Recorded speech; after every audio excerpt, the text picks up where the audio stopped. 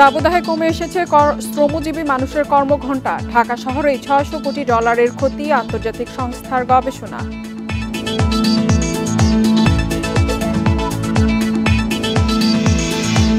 চামড়া শিল্পে শ্রমিকের ন্যূনতম মজুরি ২২,৭৭৬ টাকা করার প্রস্তাব সিপিডির। আলোচনার আশ্বাস মজুরি বোর্ডের।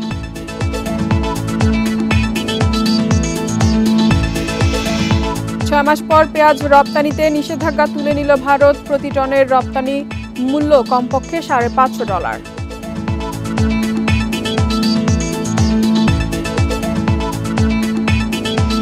সবাইকে আমন্ত্রণ অর্থনীতি সারাদিনে, আপনাদের সাথে আছি। আপনারা শুনছিলেন শিরোনাম, এবারে জানাবো বিস্তারিত। দাবদাহে কমে এসেছে শ্রমজীবী মানুষের কর্মঘণ্টা। দিনের বেলা প্রচণ্ড গরম, তাই রাতেই নির্মাণ কাজ সারছেন অনেকে। তৈরি পোশাক খাত সংশ্লিষ্টরা বলছেন, তাপদাহের প্রভাবে এ খাতে ২০ থেকে ৩০% কমেছে কাজের গতি। যুক্তরাষ্ট্রভিত্তিক গবেষণা সংস্থার তথ্য মতে, গরমের কারণে শুধু ঢাকা শহরে ক্ষতির পরিমাণ $৬০০ কোটি। টানা প্রায় ১ মাস তাপপ্রবাহের কারণে ঠিকমতো কাজ করতে পারছে না শ্রমজীবী মানুষেরা, ফলে কমে এসেছে কর্মঘণ্টা। আগে যেখানে ৮ থেকে ৯ ঘন্টা কাজ করতে পারতেন, এখন সেটা কমে দাঁড়িয়েছে ৬ থেকে ৭ ঘন্টায়। কেউ কেউ করছেন নাইট শিফট। এতে কিছুটা স্লথ হয়ে গেছে সরকারি বেসরকারি বিভিন্ন প্রকল্পের নির্মাণ কাজ। আগে ১ ঘন্টা রেস্ট করতাম, এখন রেস্ট করি ৩ ঘন্টা, ডিউটি হলো ৮ ঘন্টা। গরম যখন ছিল তখন মনে করেন আর ১ ঘন্টা আমরা কমাই নিই। এখন মনে করো গরমের জন্য রাত্রে কাজ করা হয়। পোশাক খাতেও পড়েছে এর প্রভাব। গার্মেন্টস মালিকরা জানান, গরমের কারণে এ খাতে ২০ থেকে ৩০% কর্মক্ষমতা কমেছে। এতে আর্থিক ক্ষতি গুনতে হচ্ছে কারখানা মালিকদের। এছাড়া যুক্তরাষ্ট্র ভিত্তিক অ্যান্ড্রিল আর্স্ট রকফেলার ফাউন্ডেশন রেজিলিয়েন্স সেন্টারের এক প্রতিবেদনে উঠে এসেছে, তাপপ্রবাহে শুধু ঢাকা শহরেই ক্ষতির পরিমাণ বছরে প্রায় $৬০০ কোটি বা ৬৬,০০০ কোটি টাকা। আমাদের ফ্রিকুয়েন্ট ব্রেক দিতে লাগছে, মানে মেশিনেরও একটা ধারণ ক্ষমতার একটা ক্যাপাসিটি থাকে, ওটাও কিন্তু এখন ধরেন আমরা দেখছি যে স্পেয়ার পার্টসের কনজাম্পশন বেড়ে যাচ্ছে। সবকিছু যদি আপনি ক্যালকুলেশন করেন, এখানে আমি বলবো যে অলমোস্ট লাইক 30%, মানে it will vary from factory to factory, 30% কিন্তু আমাদের এফিসিয়েন্সি কমে যাচ্ছে। তীব্র গরমের প্রভাব পড়েছে দেশের বড় বড় খাতগুলোতেও। এতে বড় অঙ্কের আর্থিক ক্ষতির আশঙ্কা করছেন পরিবেশ বিশ্লেষকরা। অর্থনৈতিক উন্নয়নের যে চালিকা শক্তি যে খাতগুলো, বিশেষ করে আপনার পোশাক শিল্প, আমাদের কৃষি, আমাদের পোলট্রি, আমাদের লাইভ স্টক এবং আমাদের অন্যান্য যে সমস্ত সেক্টরগুলো আছে, সেই খাতগুলোতে তো আসলে এই খাতগুলোতেই তো মানে প্রধান এবং প্রথম যে অভিঘাত, সেই অভিঘাতটা তো আসলে ওখানেই আসছে। এ অবস্থায় আন্তর্জাতিক বিভিন্ন সংস্থার সাহায্য নিয়ে জলবায়ু পরিবর্তনের চ্যালেঞ্জ মোকাবেলায় নতুন উদ্যোগ নেওয়ার তাগিদ বিশ্লেষকদের। Amirul Islam, independent news, Dhaka. Tannery শ্রমিকদের ন্যূনতম মজুরি ২২,৭৭৬ টাকা করার প্রস্তাব দিয়েছে সিপিডি। একই সঙ্গে মজুরিতে গ্রেডিং সিস্টেম চালু করতে বলছে সংস্থাটি। শনিবার ধানমন্ডিতে সংবাদ সম্মেলনে এসব কথা বলে সিপিডি। তবে ন্যূনতম মজুরি বোর্ডের চেয়ারম্যান বলেন, এ নিয়ে শ্রমিক ও মালিকদের সঙ্গে আলোচনা করে সিদ্ধান্ত নেওয়া হবে। রপ্তানি আয় বিবেচনায় তৈরি পোশাকের পর চামড়া শিল্পের অবস্থান, অথচ এ খাতের পরিবেশ নিয়ে যতটা আলোচনা হয় ততটা গুরুত্ব পায় না মজুরি ইস্যু। চামড়া শিল্পে শ্রমিকদের ন্যূনতম মজুরি নিয়ে গবেষণা করেছে centre for policy dialogue CPD. সংস্থাটি বলছে, ন্যূনতম মজুরি নির্ধারণে ১ বছর আগে মজুরি বোর্ড গঠন করা হয়, কিন্তু তারা এখনো কিছুই করেনি। সিপিডির গবেষণায় উঠে এসেছে, ট্যানারি শ্রমিকদের ৪৩% ন্যূনতম মজুরি পান না। ন্যূনতম মজুরি প্রস্তাব করছি ২২,৭৭৬ টাকা।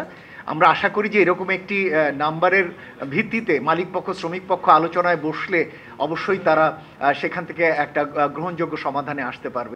তবে সিপিডির প্রস্তাবে সন্তুষ্ট নন ট্যানারি শ্রমিকরা। তাদের দাবি ন্যূনতম মজুরি হতে হবে ২৫,০০০ টাকা, কিন্তু মালিকরা বলছেন সম্ভব না। দীর্ঘদিন থেকে যে অবস্থা আমরা আছি সেটারও বিবেচনা করে আমরা ন্যূনতম মজুরি ২৫,০০০ টাকা আমরা দাবি করেছি। এটা আমরা সম্মানিত আমাদের ট্যানারি মালিকদের কাছেও আমরা পেশ করেছি। বাস্তব প্রেক্ষাপটে আসলে আমাদের শিল্প এবং মালিক শ্রমিকের স্বার্থে আসলে যে প্রস্তাবনা দিয়েছেন, আমি মনে করি সেটা কোনোভাবেই বাস্তবায়ন সম্মত নয়। সব পক্ষের মাধ্যমে আলোচনা করে শিগগিরই ন্যূনতম মজুরি ঠিক করা হবে বলে জানান বোর্ড চেয়ারম্যান। আমরা যেহেতু উন্নত দেশে যাব, কিন্তু এই বেতন নিয়ে কিন্তু আমরা উন্নত দেশে কাতারে দাঁড়াতে পারবো না। এই জন্যে আমাদের বেতন কাঠামো অবশ্যই বাড়াতে হবে, যাতে শ্রমিকরা খেয়ে পরে বাঁচতে পারে এবং তাদের জীবনযাত্রা সুন্দরভাবে পরিচালনা করতে পারে। 2018 সালে ট্যানারি শ্রমিকদের ন্যূনতম মজুরি করা হয় 13,500 টাকা। 60% কারখানা ওই বেতনই দিচ্ছে না বলছে CPD. Shahid Ahmed, independent news, Dhaka.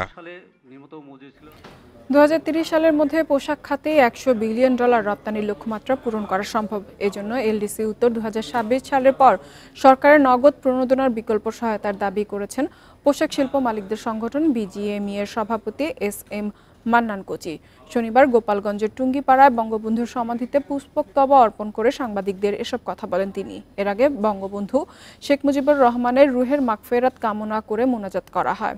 BGME এর 2024-26 মেয়াদের পরিচালনা পর্ষদের সদস্য ও সাবেক নেতারা এ সময় উপস্থিত ছিলেন।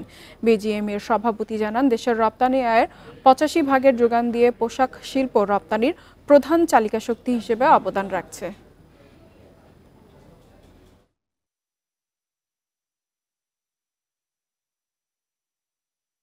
আজকে আমরা 47 বিলিয়ন রপ্তানি করতে পেরেছি।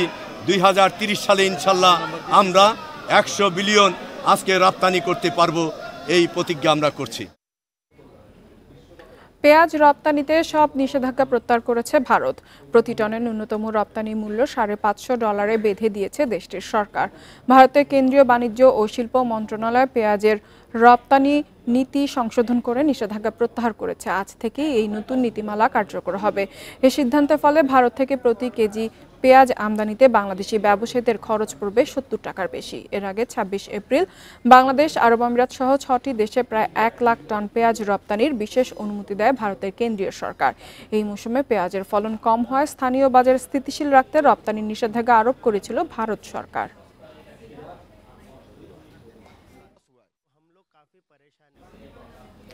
দেশের জ্বালানি পণ্যের বিপণন ব্যবস্থাকে আধুনিকায়ন করছে ইস্টার্ন রিফাইনারি। এজন্য বসানো হয়েছে স্বয়ংক্রিয় মিটার। এতে করে অপরিশোধিত তেল পরিশোধনে থাকবে না কোনো সিস্টেম লস। এদিকে বিদ্যুৎ ও জ্বালানি প্রতিমন্ত্রী জানান, দেশের সব ডিপোকে অটোমেশনের আওতায় আনা হবে। দেশের একমাত্র জ্বালানি তেল পরিশোধনাগার চট্টগ্রামের ইস্টার্ন রিফাইনারি ইআরএল। প্রতিষ্ঠানটি পেট্রোল, ডিজেল, অকটেন, এলপিজি সহ 13 ধরনের পণ্য উৎপাদন করে। প্রতিষ্ঠার 58 বছর পরও ইআরএলে উৎপাদিত জ্বালানি পরিমাপ করে বিপণন করা হয় ম্যানুয়ালি গেজিং পদ্ধতিতে। এতে করে বেশ সিস্টেম লস হয়। পুরো প্রক্রিয়া শেষ হতে সময় লাগে 3 দিন।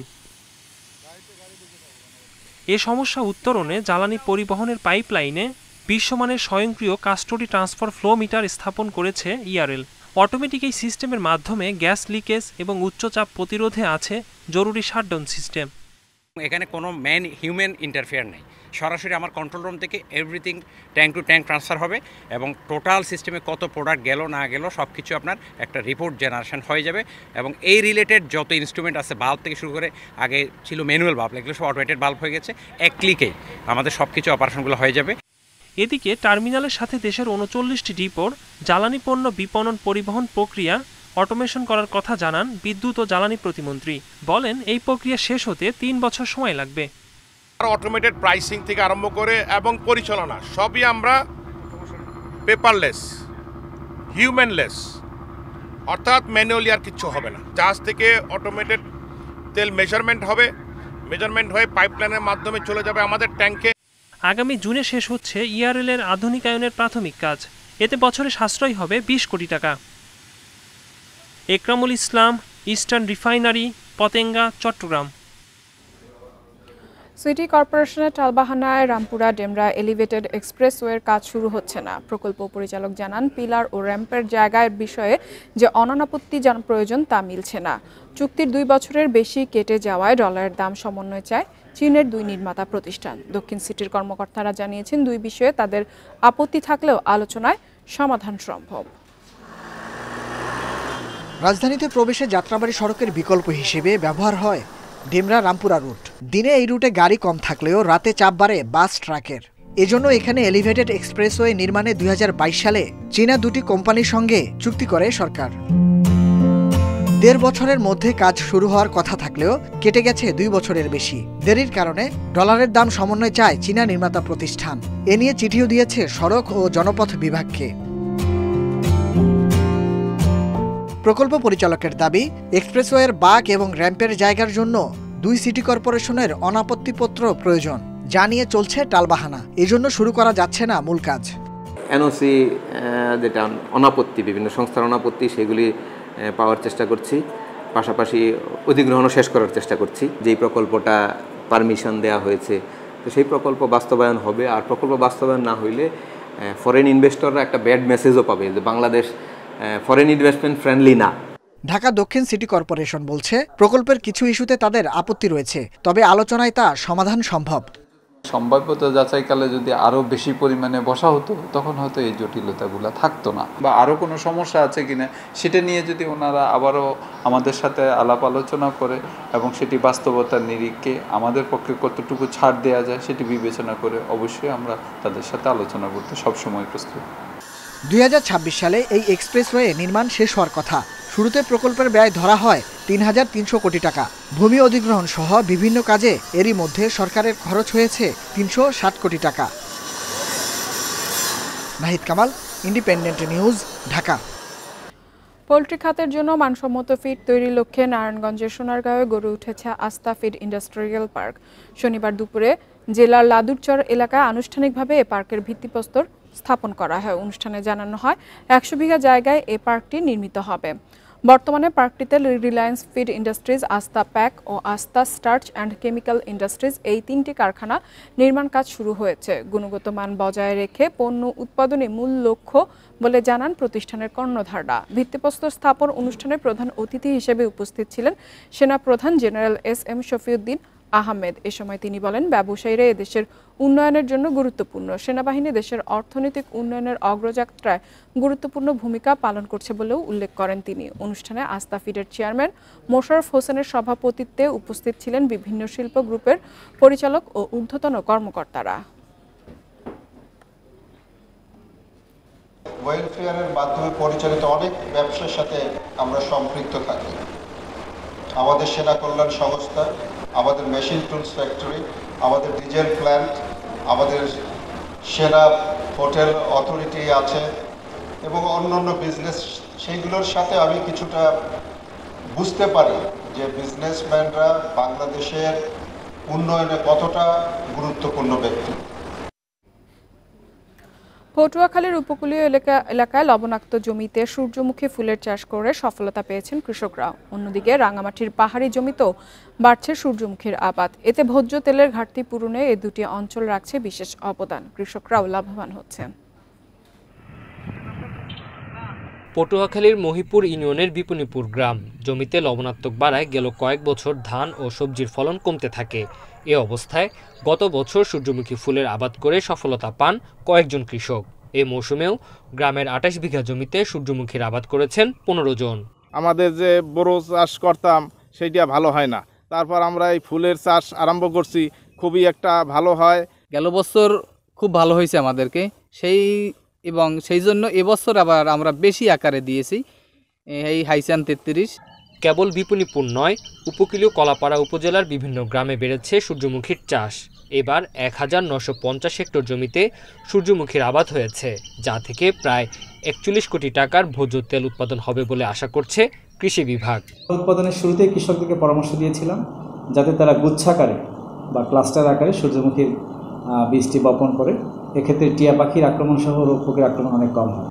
এদিকে বীজ ও সার বিতরণ করে রাঙামাটির পাহাড়ি পতিত জমিতে সূর্যমুখী আবাদে কৃষকদের উৎসাহিত করছে কৃষি বিভাগ। চলতি মৌসুমে জেলায় সূর্যমুখীর আবাদ হয়েছে 165 হেক্টর জমিতে, যা থেকে প্রায় 4 কোটি টাকার ভোজ্য তেল উৎপাদন হবে। প্রথম আমার এই এলাকার মোটামুটি যে কৃষি বিভাগ থেকে মোটামুটি এই যে সূর্যমুখী মোটামুটি ফুলতেছে, আগে মোটামুটি ছিল না, এখন তো আমরা আমাদের দেখতেছি খুব ভালো। আমরা আমাদের কৃষি প্রণোদনা থেকে 200 বিঘা এবং 200 জন মানুষকে আমরা প্রণোদনা দিতে পেরেছি এবং আমাদের রাঙামাটি পার্বত্য জেলা পরিষদ তারাও কৃষি বিভাগের প্রতি, কৃষকের চাহিদার প্রতি তারা দৃষ্টি রেখে তারা 1000 বিঘা বা 1000 জনকে সূর্যমুখী বীজ সহায়তা করেছে। সূর্যমুখীর আবাদ বাড়ানো গেলে ভোজ্য তেল আমদানি কমানো সম্ভব হবে বলে মনে করেন কৃষি কর্মকর্তারা। Independent news. টানা তাপপ্রবাহে গাছ থেকে আম ঝরে পড়ায় দিশেহারা খাগড়াছড়ির বাগান মালিকরা। এরই মধ্যে ঝরে গেছে প্রায় 50 থেকে 60% আম। ঝরে পড়া ঠেকাতে বেশি বেশি পানি দেওয়ার পরামর্শ দিচ্ছে কৃষি বিভাগ। খাগড়াছড়ি সদরের জাদুরাম পাড়ার এই বাগানের অন্তত 60% আম ঝরে গেছে। টানা তাপপ্রবাহে ঝরে পড়ছে আম্রপালি, বাড়ি ফোর সহ বিভিন্ন প্রজাতির আম। তাপমাত্রা না কমলে বাকি আমও ঝরে পড়ার শঙ্কায় বাগান মালিকরা। পাহাড়ি এলাকায় সেচ দেয়া কষ্টসাধ্য হওয়ায় বৃষ্টি না হলে এই সমস্যার তারা সমাধান দেখছেন না। মানে গত বছর চাইতে এই বছর এমনিতে ফলন কম, তারপরে প্রচন্ড গরমে অনেক আম ঝরে গেছে, প্রায় 60% ঝরে গেছে, আর 40% আছে। দিন রাত পরিশ্রম করতেছি, মানে পানি ওষুধ নানা ধরনের দিয়ে চেষ্টা করতেছি, কিন্তু তারপরে আমটা ঝরে পড়তেছে। পানি দেওয়ার সত্ত্বেও এবং কি ওষুধ দেওয়ার সত্ত্বেও আমরা চেষ্টা করতেছি আমগুলোকে রক্ষা করার জন্য, কিন্তু আমরা পারতেছি না। পানি স্বল্পতার কারণে গাছের ফল ঝরে যাচ্ছে বলে জানান কৃষিবিদরা। ঝরে যাওয়া ঠেকাতে গাছের চারপাশে গর্ত খুঁড়ে পানি দেয়া এবং গাছের পাতায় ইউরিয়া মেশানো পানি ছেটানোর পরামর্শ তাদের। তাপমাত্রা এবং অপরদিকে আমাদের মাটির যে ময়েশ্চার আছে, যে মাটিতে যে পানির ধারণ ক্ষমতা সেটিও কমে গিয়েছে। সেই ক্ষেত্রে দেখা যাচ্ছে গাছ তার অতিরিক্ত ফলগুলো ঝরিয়ে দিচ্ছে। আম গাছকে রক্ষা করার জন্য আমরা কিন্তু তাদেরকে নিয়মিতভাবে আম গাছে পানি স্প্রে করার পরামর্শ দিয়েছি।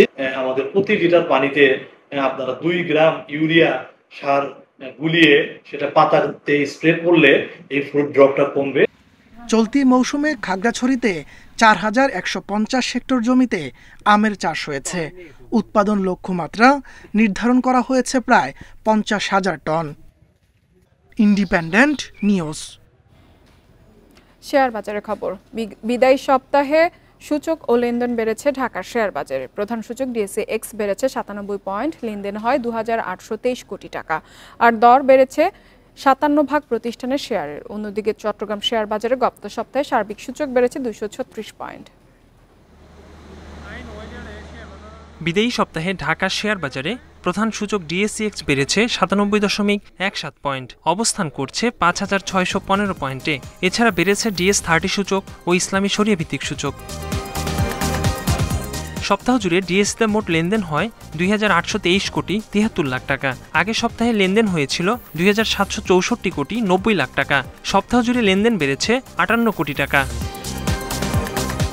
সপ্তাহের শেষ কার্যদিবসে বাজার মূলধন দাঁড়িয়েছে 7,05,791 কোটি টাকা।